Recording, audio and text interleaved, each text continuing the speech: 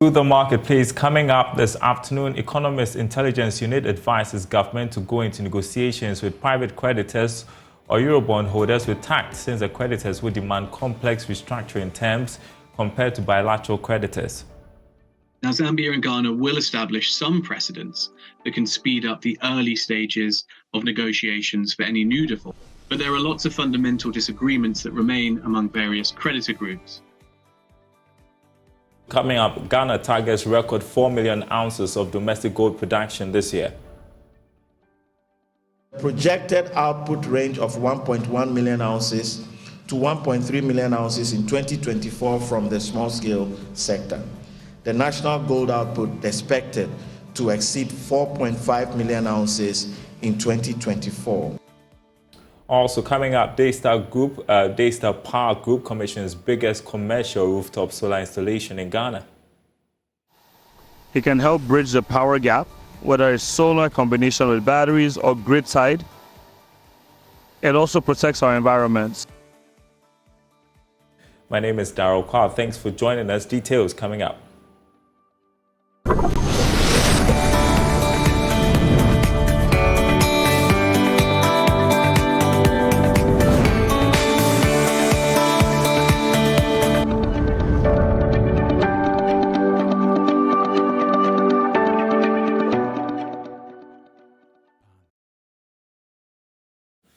Now, the Ghana Chamber of Mines has indicated that it is working to increase domestic gold production in 2024.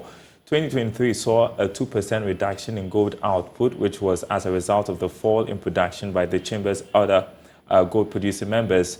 President of the Chamber, Joshua Mutoti, projected domestic gold production to reach a record 4 million ounces in 2024, compared to 3.7 million ounces in 2022. He was speaking at a breakfast meeting with the Minister of Lands and Natural Resources. Outlook of the mineral sector in 2024. In 2024, the output of the Chamber's producing member companies is projected to increase to 3.5 million ounces, mainly due to fresh production coming from Cardinal's Namdini gold mine. The additional output from the mine, which is earmarked for the fourth quarter of 2024, will partially compensate for the anticipated decline in output of Newmont's Achim mine and Goldfields Diamond mine. The latter mines are approaching their end of life.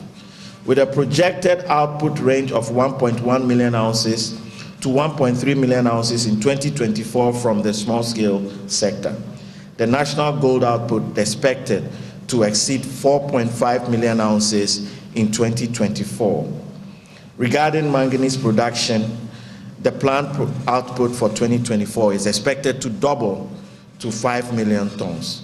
So really good projections for the year 2024 for us. The main downside risk, however, is to the overall mining production outlook in 2024 includes the high fiscal and regulatory costs, encroachment of concessions by illegal miners, and sometimes we're not being too sure about policy with respect to implementation of, say, the Gold for Oil program and the impacts on its operations on small-scale miners. I'll go a bit more into details on that. The economic contribution of the mining sector in 2023. Despite the challenges that I've talked about, the mining sector continues to be the backbone of Ghana's economy. Impact on gross domestic product. On the back of the high turnover in mineral production, the mining sector's value added to the economy increased from 9.3 billion cedis as of the end of the third quarter of 2022 to 13.8 billion cedis as of the end of the third quarter of 2023. In terms of its contribution to gross domestic product, the share of mining in GDP improved marginally from 6.5% at the end of the third quarter of 2022 to 7% in the equivalent period in 2023. All right, turning to our top story this afternoon, the Economist Intelligence Unit is advising government to go into negotiations with private creditors or Eurobond holders with tact, since the creditors would demand different and complex restructuring terms compared to bilateral creditors. The UK-based firm says it has doubts whether negotiations with the private creditors will be concluded by middle of 2024. Finance Minister Ken Ofori-Atta has said that the government will begin negotiations with Eurobond holders and commercial creditors seeking 40% of haircut. But speaking on the Africa Outlook 2024, principal economist Benedict Craven said it is difficult to negotiate with private creditors. Common framework for debt treatments has been adopted by 4 sovereigns in Africa already who are restructuring their foreign debt. But the procedure has had a difficult test run. This is its first proper trial. Chad successfully concluded a treatment under the framework, but had a fairly small creditor pool. For those with a more complex creditor profile, like Zambia and Ghana that you mentioned, Pat, there have been setbacks at pretty much every stage of the restructuring process. And it doesn't seem like either country will be able to conclude talks before mid-year. Our real concern here is on the optics, or the messaging that all this delay sends out to other sovereigns at high risk of debt distress. Now, Zambia and Ghana will establish some precedents that can speed up the early stages of negotiations for any new default. But there are lots of fundamental disagreements that remain among various creditor groups, official versus commercial, and among official creditors themselves, and these are bound to reappear, potentially leaving economies in limbo for lengthy periods if they go down the common framework route. Right, Professor Peter Korte is Director of Institute of Statistical, Social and Economic Research. He joins us on Zoom with some perspective. I know you have a busy afternoon. Thanks so much for joining us, Prof. So the Finance Minister has already indicated talks with the private creditors are going to be tough as it seeks 40%. The government seeks 40% haircut. The EIU, we just said, is advising government to be tactful since the private creditors are going to demand complex restructuring terms. What should be the approach as government heads into negotiations next week? I think you're very much right. IEU is very much right. We need to be very tactful in engaging private creditors because this is money they have invested. This is lifetime investment.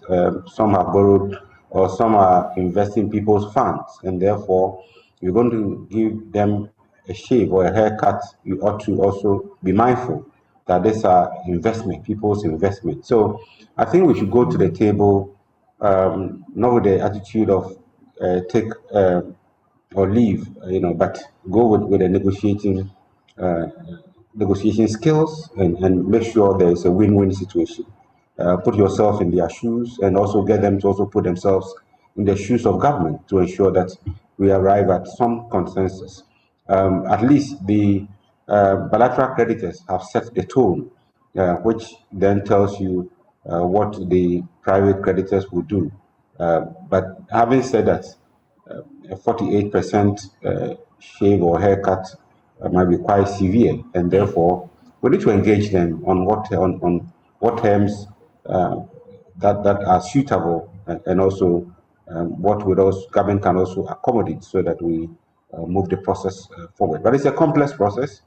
It's quite complex. For bilaterals, it's quite not too difficult. But when it comes to private creditors, there are many. They have different goals. They are different objectives. They are investing funds from different sources, and therefore trying to negotiate with them is quite a complex situation. The good thing, however, is that the bilateral creditors have set the tone.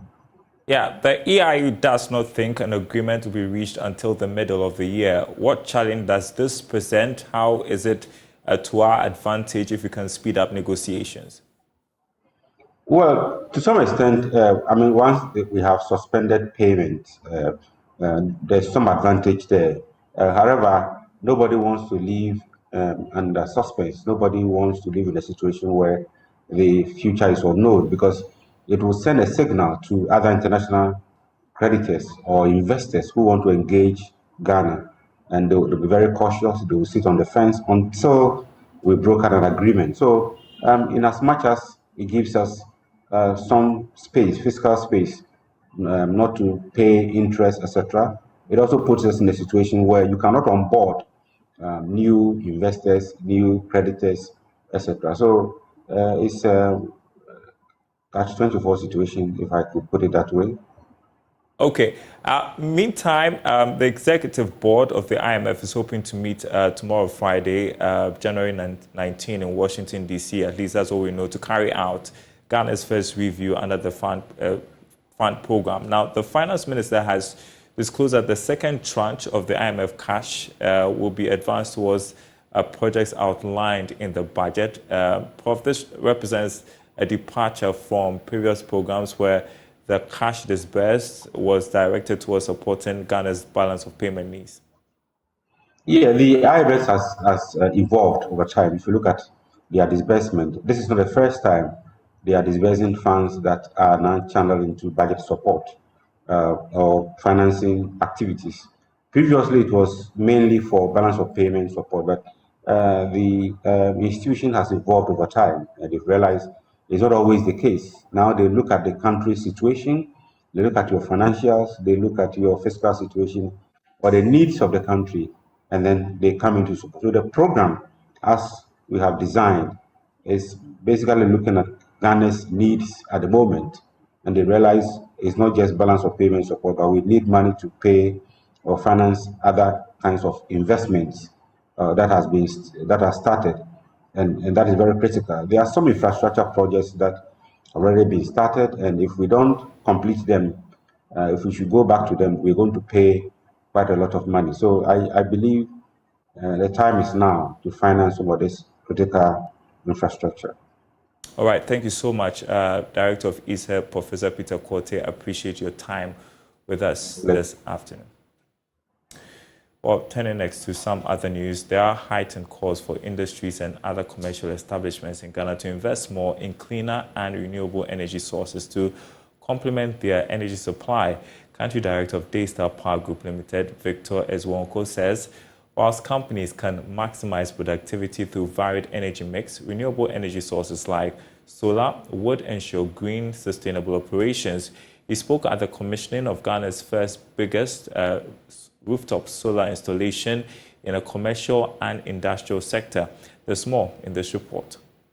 Recent power fluctuations in the country is impacting heavily on productivity in many commercial and industrial establishments. Although Ghana is poised to increase its energy mix to renewable sources, many small and medium industries continue to depend solely on fossil fuel sources. Country Director of Daystar Power Group Limited, Victor Ezwonko, is encouraging businesses to adopt cleaner energy sources to safeguard the environment while ensuring sustainability. Solar helps complement what you have. It can help bridge the power gap, whether it's solar combination with batteries or grid side. It also protects our environment in reducing carbon emissions. In some cases, it can also provide you with affordable power to help support your business. So we think it's very important for more businesses to do it. We need to move to more sustainable practices. Under a contract agreement, Daystar Power Group installed the country's first biggest rooftop solar power at Ryder Iron and Steel Limited in Ghana. The installation is a 4.3 megawatt photovoltaic solar system supplying power to scraps and production units of the company. The company is optimistic the installation would enhance their current production capacity from 100,000 tons to a rated capacity of 300,000 tons per annum. Walid Al-Alami is director of Ryder Iron and Steel Ghana Limited. When we started this factory, one of the commitments we had with the World Bank and the IFC is to try to go as green as possible, to try to be as sustainable as possible. So it's a big part of our commitment towards having a sustainable operation. And they came in to add those two things. One is helping us increase our capacity by providing more power. Two, reducing our reliance on non-green or fossil fuel source of energy. The solar installation is expected to reduce carbon emissions at the company by about 50,000 tons over a 20-year lifespan. Caleb Bennett Dugan is the project engineer at Daystar Power Group Limited. This installation comprises of an external transformer. So we have a smart transformer unit. So with this transformer, the inverters are giving us a voltage of 800 volts.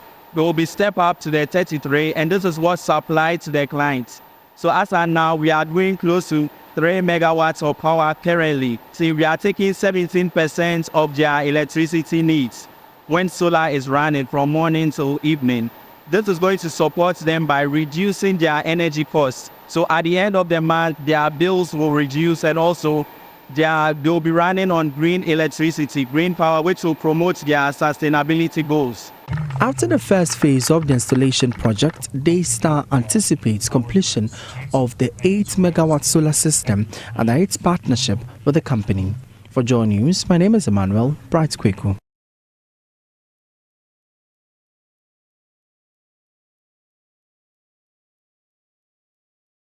All right, so you're watching The Marketplace. Next, the Joy Business Advisory Series. We have been taking a look at the working capital management, what it is. Yesterday, we talked about why small and medium-scale enterprises should set up operational policies that would safeguard their working capital, and how that could give those good credentials that could aid in acquiring loans from banks and other financial institutions. Senior Manager, Accounting Advisory Services at KPMG, Stephen Berchi, joins us again to continue the conversation. I got the name right this time. Mr. Berchi, welcome to the Marketplace. And so today we're going to put the spotlight on corporations, right? Large companies. How is it different when we talk about working capital management from what we discussed yesterday about small and medium-scale enterprises? Thank you. So first of all, the differences will happen to be an areas that I'm going to talk about. First, about access to resources. You remember yesterday I said that small and medium enterprises, they are limited in terms of getting access to resources, and even they don't have track records when they want to extend credit with their suppliers. But when you come to corporate organizations, it's very different. They have track records. They have wide access to a number of things, and it's good for them. Another area that we need to look at is risk tolerance. For small businesses, the risk is very high. Even when they are extending contract with suppliers, the suppliers can give them longer period before they can pay them. But the corporate ones, because they have capital base and they are big, they are able to negotiate better deals, better terms and conditions to their advantage. The next one happens to be focus.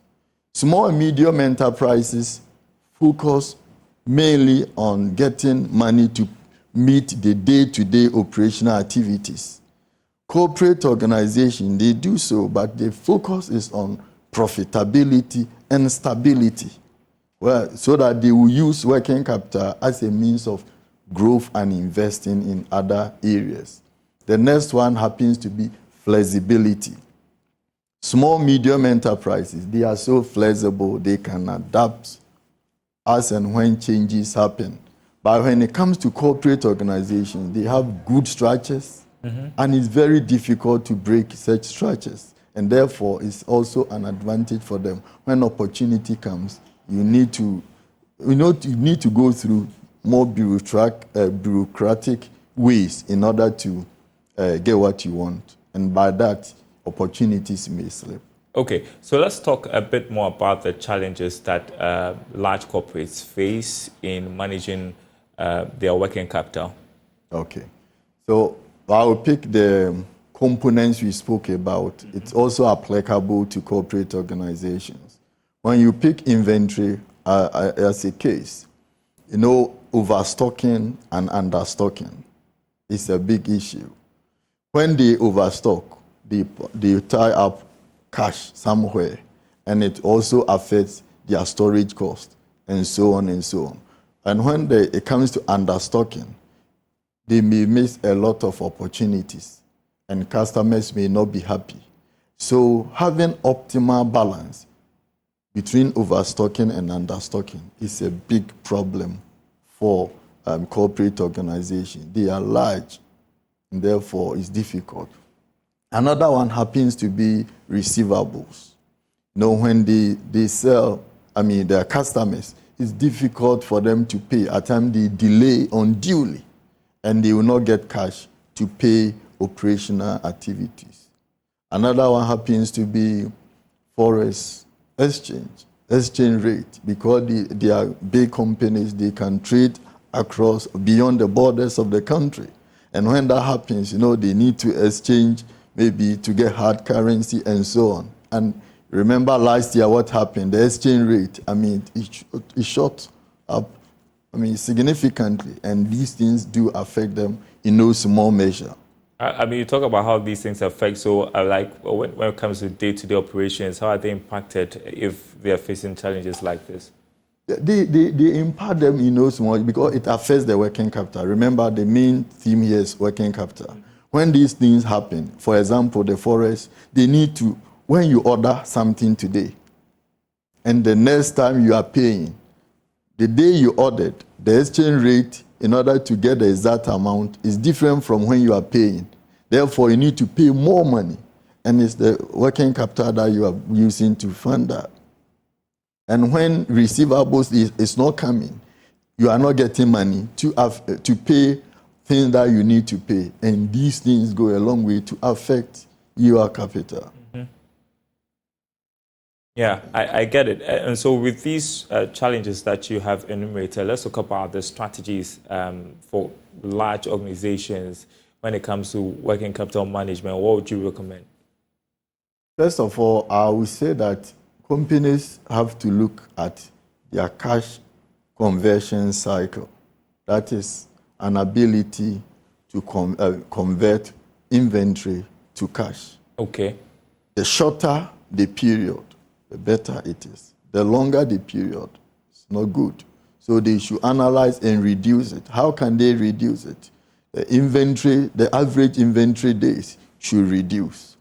The average receivable days should also reduce. And you should also encourage favorable payment terms with suppliers so that you can delay paying. And in that sense, you can get available cash. That aside, you also have to cash flow. You need to analyze your cash flow very well. Beginning of the year, you need to have your cash flow for the entire year. We break it down into monthly basis, weekly basis, and if possible, daily basis. And what it does is that because you have forecasted what is going to happen in terms of inflows and outflows, you have the view. So if, for example, in the month ahead, looking at your inflows and then outflows, you have a surplus.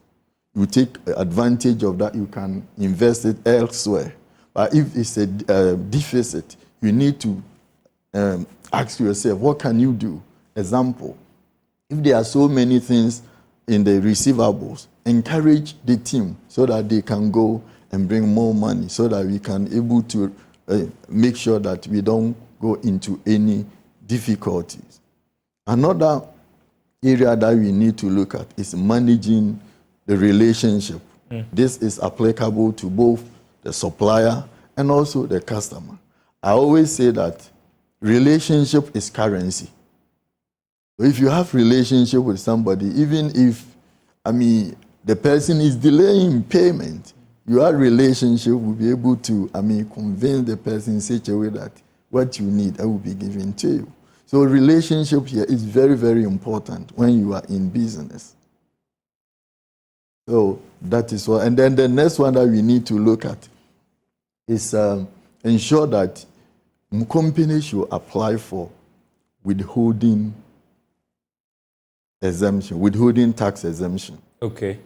What it does is that, when you don't have withholding tax exemption, you need to, when suppliers are paying you, they need to pay that amount, less, depending whether goods or services, withhold 3% or 7.5% and pay to GRA on your behalf. But when you have that withholding tax exemption, what it does is that they will not withhold any money. They will give you everything upfront, and you have money to meet your operational activities within the space of time. Well, just because you're talking about the cash conversion cycle, I want you to talk to us a bit more about how companies can analyze and optimize the cash conversion cycle to ensure that there's working capital efficiency. Good. So first you look at your inventory. When you look at your inventories, how many days is it taking you currently to convert your inventory to cash? And the number of days it takes, you make sure you reduce it as low as possible. You don't keep stock excessively. If you keep stock, there are so many costs that are attached. Another one is the receivables. You make sure that the average receivable days has also reduced. The next one is payables. You make sure the average payable days have also reduced. You need to negotiate with your suppliers so that they can give you favorable payment terms. And if that happens, it will go a long way to soften how you pay or you manage your working capital. Okay. Finally, I want us to talk about cash flow forecasting and how that helps in working capital management. As I earlier said, when you have the cash flow forecast, it shows what is going to happen during the year, month ahead, week ahead, and so on. So it's like proactive management. You know what is going to happen, where money you are going to fall short, and what strategies you must take to bring additional money, and where possible, where you are going to make a significant increase or surplus, where to invest it. So it's a good strategy that companies should embrace when it comes to working capital management, or CCC. That's what I call cash conversion cycle. Great insight. Thank you so much, Stephen Bechi. He is Senior Manager, Accounting Advisory Services, KPMG. I appreciate your time and the education the past 2 days. I'm sure we'll have you back sometime soon. Thank you so much. That's the marketplace. There is more news on our website, myjoyonline.com/business. Our top story over there as well: negotiate with private creditors with tact. They would demand complex debt restructuring, EIU to government. Also, a story to be on the lookout for: GRA announces January 1, 2024 as implementation date for 7 tax amendment acts. myjoyonline.com/business. My name is Daryl. Thanks for watching. We'll be back same time tomorrow.